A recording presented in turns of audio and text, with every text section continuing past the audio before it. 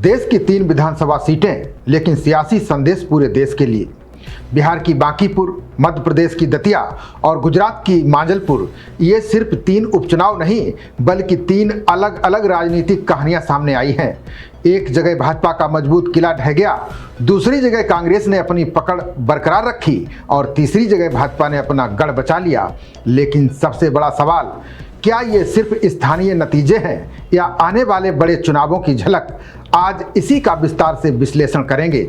3 राज्यों की 3 अलग अलग तस्वीर। सबसे पहले बात बिहार की बांकीपुर विधानसभा सीट को लंबे समय से भाजपा का मजबूत गढ़ माना जाता रहा है, लेकिन इस बार तस्वीर पूरी तरह से बदल गई।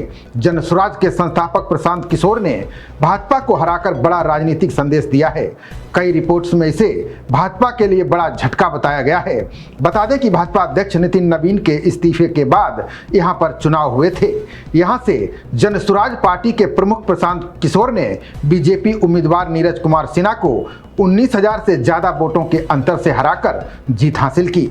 वहीं आरजेडी की उम्मीदवार रेखा गुप्ता तीसरे स्थान पर रहीं। बता दें कि नवंबर के विधानसभा चुनाव में नितिन नवीन ने यह सीट लगभग 52,000 वोटों के अंतर से जीती थी। वहीं 8 महीने के बाद 19,000 वोटों से भाजपा को इस सीट से हार का सामना करना पड़ा। बांकीपुर विधानसभा सीट 20 साल तक नितिन नवीन के पास रही। उससे पहले ये सीट 2 कार्यकाल तक उनके पिता नवीन किशोर प्रसाद सिन्हा के पास थी। इसका मतलब है कि 1995 से ये सीट नितिन नवीन के परिवार के पास थी। ऐसे में यहां से भाजपा की हार ने कई सवाल खड़े कर दिए हैं। इस नतीजे ने एक और जहां सत्तारूढ़ राजग और विपक्षी महागठबंधन के लिए खतरे की घंटी बजा दी है, वहीं मुख्य धारा के दलों के युवाओं की आकांक्षाओं को लेकर सचेत होने का संदेश भी दिया है। नतीजे बताते हैं कि इस चुनाव में न सिर्फ राजग का अगड़ा अति पिछड़ा फार्मूला फेल हुआ, बल्कि राजद का मुस्लिम यादव समीकरण भी औंधे मुंह गिर गया। इस नतीजे के कई गहरे राजनीतिक निहितार्थ तलाशे जा रहे हैं। महज 1 वर्ष पूर्व जिस जनसुराज पार्टी के 238 में से 236 उम्मीदवारों ने जमानत गंवा दी थी, उसी पार्टी के संस्थापक प्रशांत किशोर ने अपने पहले ही चुनाव में भाजपा को उसके सबसे मजबूत गढ़ में पटकनी दी है। अब चलते हैं मध्य प्रदेश। दतिया सीट पर कांग्रेस ने अपनी स्थिति मजबूत बनाए रखी और भाजपा को चुनौती दी। विश्लेषणों में स्थानीय समीकरण और संगठनात्मक कारकों को प्रमुख वजहों में गिना गया। इस कड़े मुकाबले में दतिया के पूर्व राजघराने के सदस्य कांग्रेस उम्मीदवार घनश्याम सिंह ने भाजपा के आशुतोष तिवारी को 6,000 से अधिक वोटों से हराया। भाजपा के लिए ये सीट इसलिए अहम थी क्योंकि मुख्यमंत्री मोहन यादव के नेतृत्व में ये बीजेपी की पहली बड़ी चुनावी परीक्षा थी। यहाँ भाजपा की हार के कई कारण रहे। भाजपा की हार की एक बड़ी वजह उम्मीदवार चयन में हुई चूक भी मानी जा रही है। यहाँ 6 बार विधायक और पूर्व गृह मंत्री नरोत्तम मिश्रा को टिकट न देकर उनकी जगह आशुतोष तिवारी को मैदान में उतारा गया। क्षेत्रीय लोगों का मानना है कि घनश्याम सिंह दतिया राजघराने से आते हैं, ऐसे में इलाके में उनका ज्यादा प्रभाव रहा है। कांग्रेस ने जैसे ही घनश्याम सिंह को उम्मीदवार घोषित किया, उसके पक्ष में माहौल बनने लगा। घनश्याम सिंह को दिवंगत माधवराव सिंधिया के करीबी माना जाता रहा है। वे 1993 और 2003 में दतिया से विधायक रह चुके हैं। 2008 में नरोत्तम मिश्रा के चुनावी राजनीतिक में आने के बाद उन्होंने ये सीट छोड़ दी थी। वहीं आशुतोष के पास खुद की राजनीतिक जमीन नहीं थी, वे केवल भाजपा का चेहरा थे। राजनीतिक जानकारों का मानना है कि अगर नरोत्तम मिश्रा को यहाँ से टिकट मिलता तो शायद भाजपा यहाँ से जीत जाती। मिश्रा 2008 से लगातार 3 बार इस सीट से विधायक रहे थे। वे 2023 के चुनाव में कांग्रेस के राजेंद्र भारती से हार गए थे। बता दें कि भारती को एक आपराधिक मामलों में दोषी ठहराए जाने के बाद ये उपचुनाव कराना पड़ा। अब गुजरात मांजलपुर में भाजपा ने सीट बचा ली। हालांकि राजनीतिक विश्लेषकों का मानना है कि जीत के बावजूद वोटों के अंतर और स्थानीय परिस्थितियों पर पार्टी को आगे भी ध्यान देना होगा। भाजपा का मजबूत गढ़ रही मांजलपुर विधानसभा सीट पर बीजेपी ने एक बार फिर अपना दबदबा कायम रखा।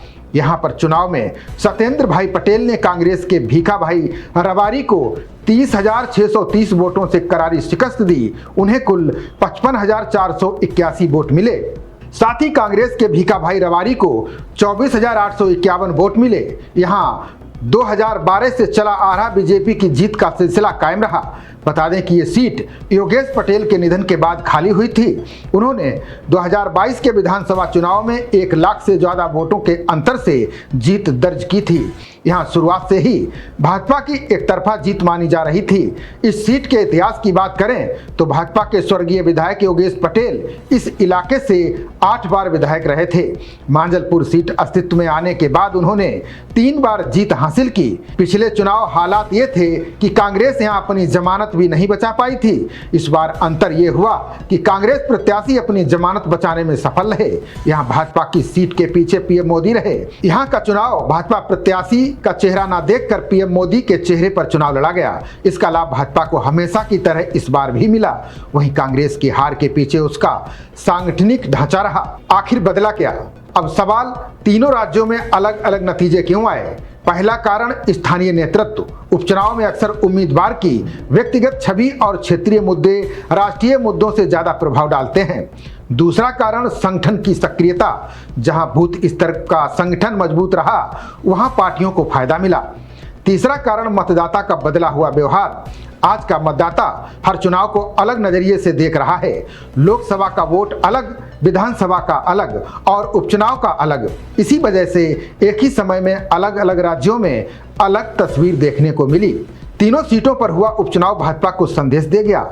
मांजलपुर की जीत निश्चित रूप से राहत लेकर आई, लेकिन बांकीपुर की हार और दतिया का परिणाम ये संकेत देते हैं कि केवल पुराने राजनीतिक समीकरणों पर भरोसा पर्याप्त नहीं होगा। विश्लेषकों का कहना है कि संगठन, स्थानीय नेतृत्व और उम्मीदवार चयन पर लगातार काम करना होगा। विपक्ष के लिए क्या संकेत? क्या विपक्ष के लिए ये बड़ी सफलता है? आंशिक रूप से इसे हाँ कह सकते हैं, लेकिन पूरी कहानी इतनी सरल नहीं है। राजनीतिक विश्लेषकों का कहना है कि उपचुनाव के परिणामों को सीधे अगले आम चुनाव का संकेत नहीं माना जा सकता। स्थानीय परिस्थितियां, उम्मीदवार और मतदान प्रतिशत भी बड़ी भूमिका निभाते हैं।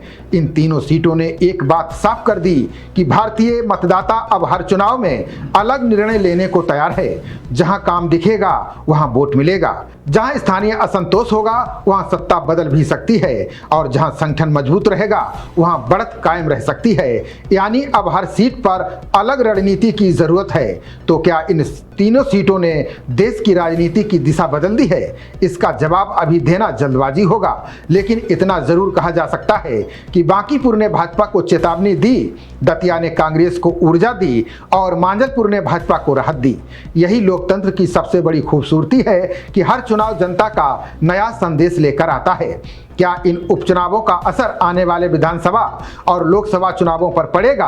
अपनी राय कमेंट में जरूर लिखिए। अगर आपको ये विश्लेषण पसंद आया हो तो वीडियो को लाइक करें, चैनल को सब्सक्राइब करें और बेल आइकन दबाना ना भूलें। खबरों का सिलसिला जारी रहेगा। देखते रहिए जनप्रवाद।